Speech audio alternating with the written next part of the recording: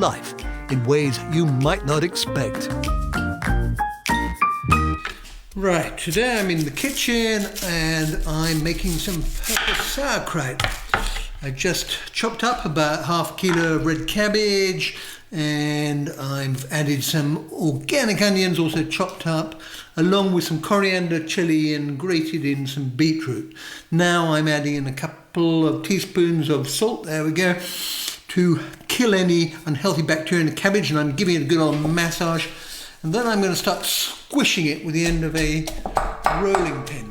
Ooh, this is strangely satisfying. After a couple of minutes of that, I will transfer it all into a big glass jar and let it ferment for a week or so. It only takes a few minutes to prepare, and I love the taste of homemade sauerkraut. But one of the other reasons I'm doing this is because after a week or so, I will have a food that is bursting with probiotics, bacteria which can apparently confer lots of health benefits. Making sauerkraut is one of the easiest ways to generate probiotics. But you can also make your own kombucha, a type of fermented tea, and kefir, a fermented, slightly fizzy type of yogurt.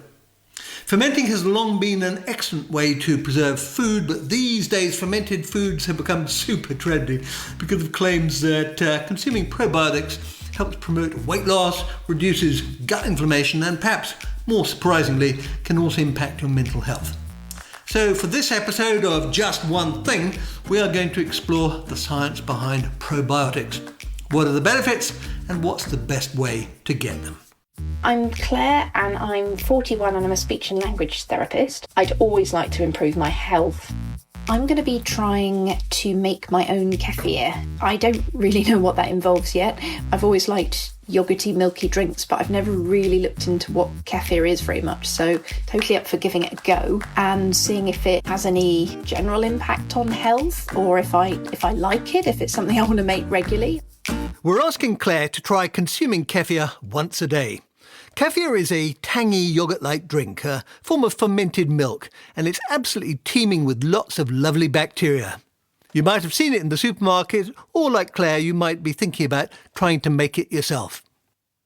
In recent years, there has been a surge of research into the gut microbiome, the thousands of different species of microbes that live in your gut and which have a profound effect on your health.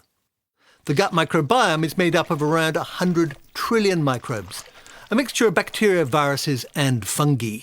Together they weigh about 2 kilos, which is slightly heavier than your brain. And they make up about half the cells in your body, which means when you think about it, that you are half human, half microbiome.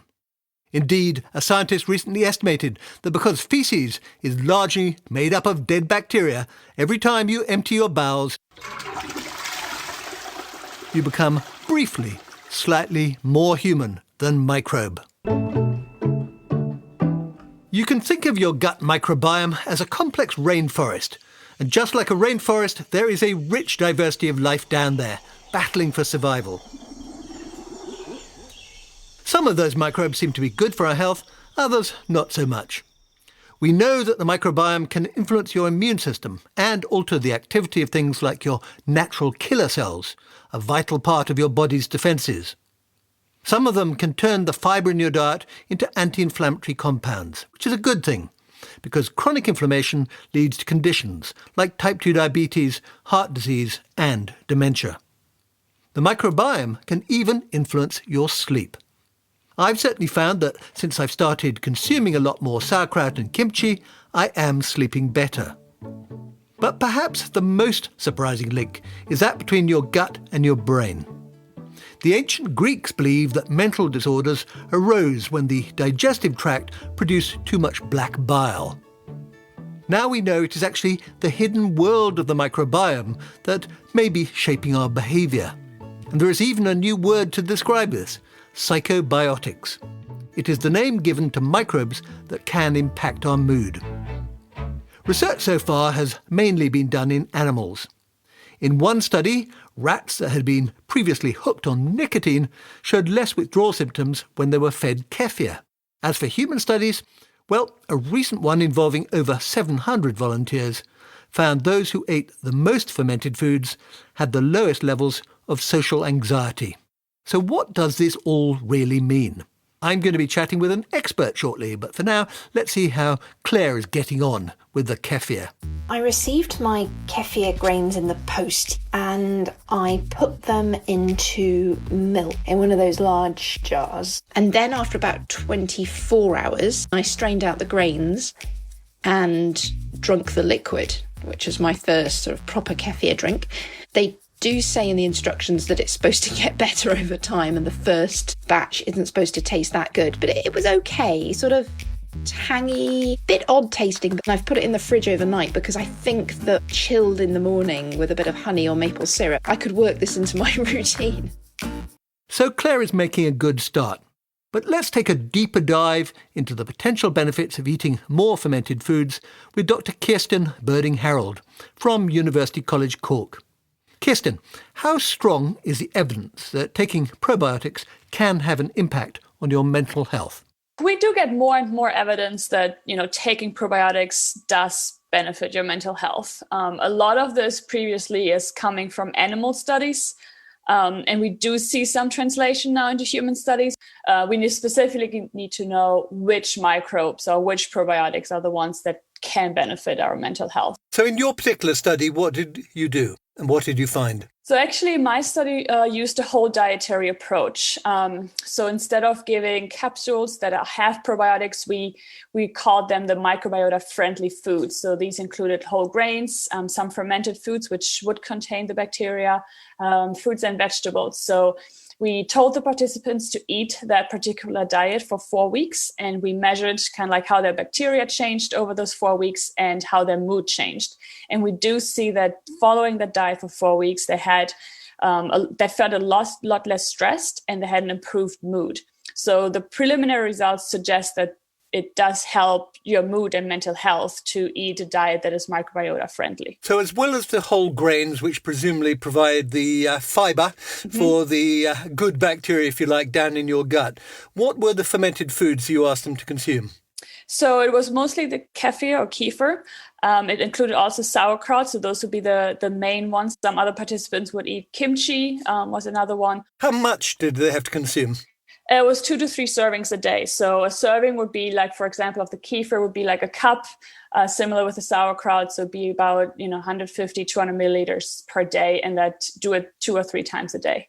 Do you like these fermented foods yourself? Yes, I actually do my own kombucha at home. I like the science behind it, but I do also drink kefir every morning. Is there a downside to suddenly starting to consume lots of fermented food?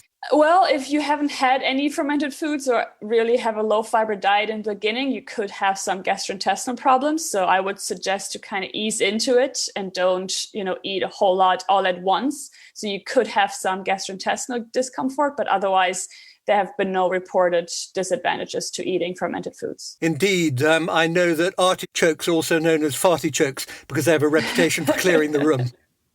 Yes, that is very true. So with my participants, they had very low fiber in the beginning.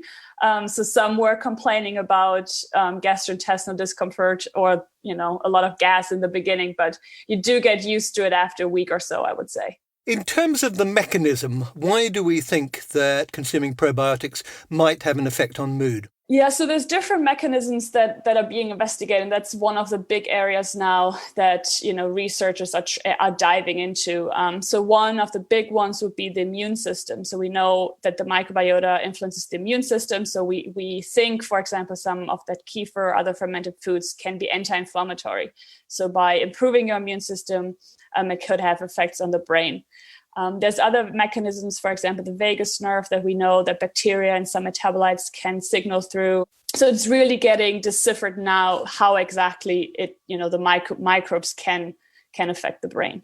I know that University College, where you work, is where the term psychobiotics first emerged. Is there an attempt now to actually use it to treat people who have serious depression or anxiety? Yes, so Ted Dinan, who I had the pleasure of working with, he coined that term, and it's really an approach that we want to take in the future to use psychobiotics and not just probiotics, but whole dietary approaches, maybe a kind of like a supplemental therapy for people with depression, especially those who are resistant to some of the other treatments that are out there. I do know that Ted, for example, also tells his patients to change their diet a lot, and also exercise is very important. So it is being used in the clinic, but we really hope to develop really evidence-based recommendations with some of the research that we're doing here. So if we're encouraging people to eat more whole grains and also more fermented foods,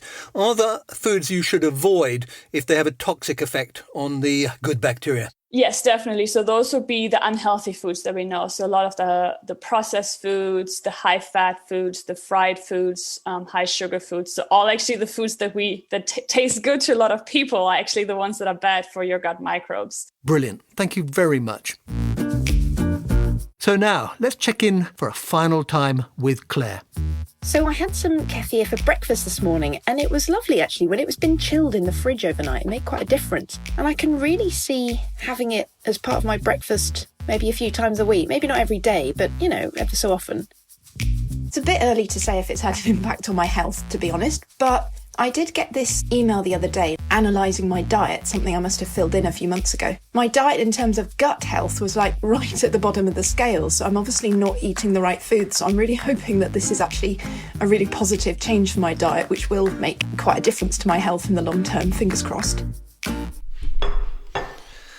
There is clearly a powerful link between your gut and your brain, and eating probiotic-rich fermented foods like kefir seems to be a great way to not only boost your microbiome, but also to potentially boost your mood.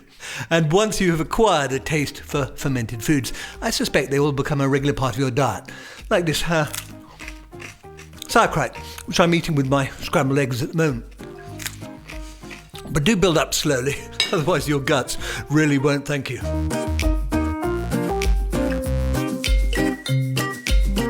So that's it. Just one thing you can incorporate into your daily routine which really could benefit your body and life.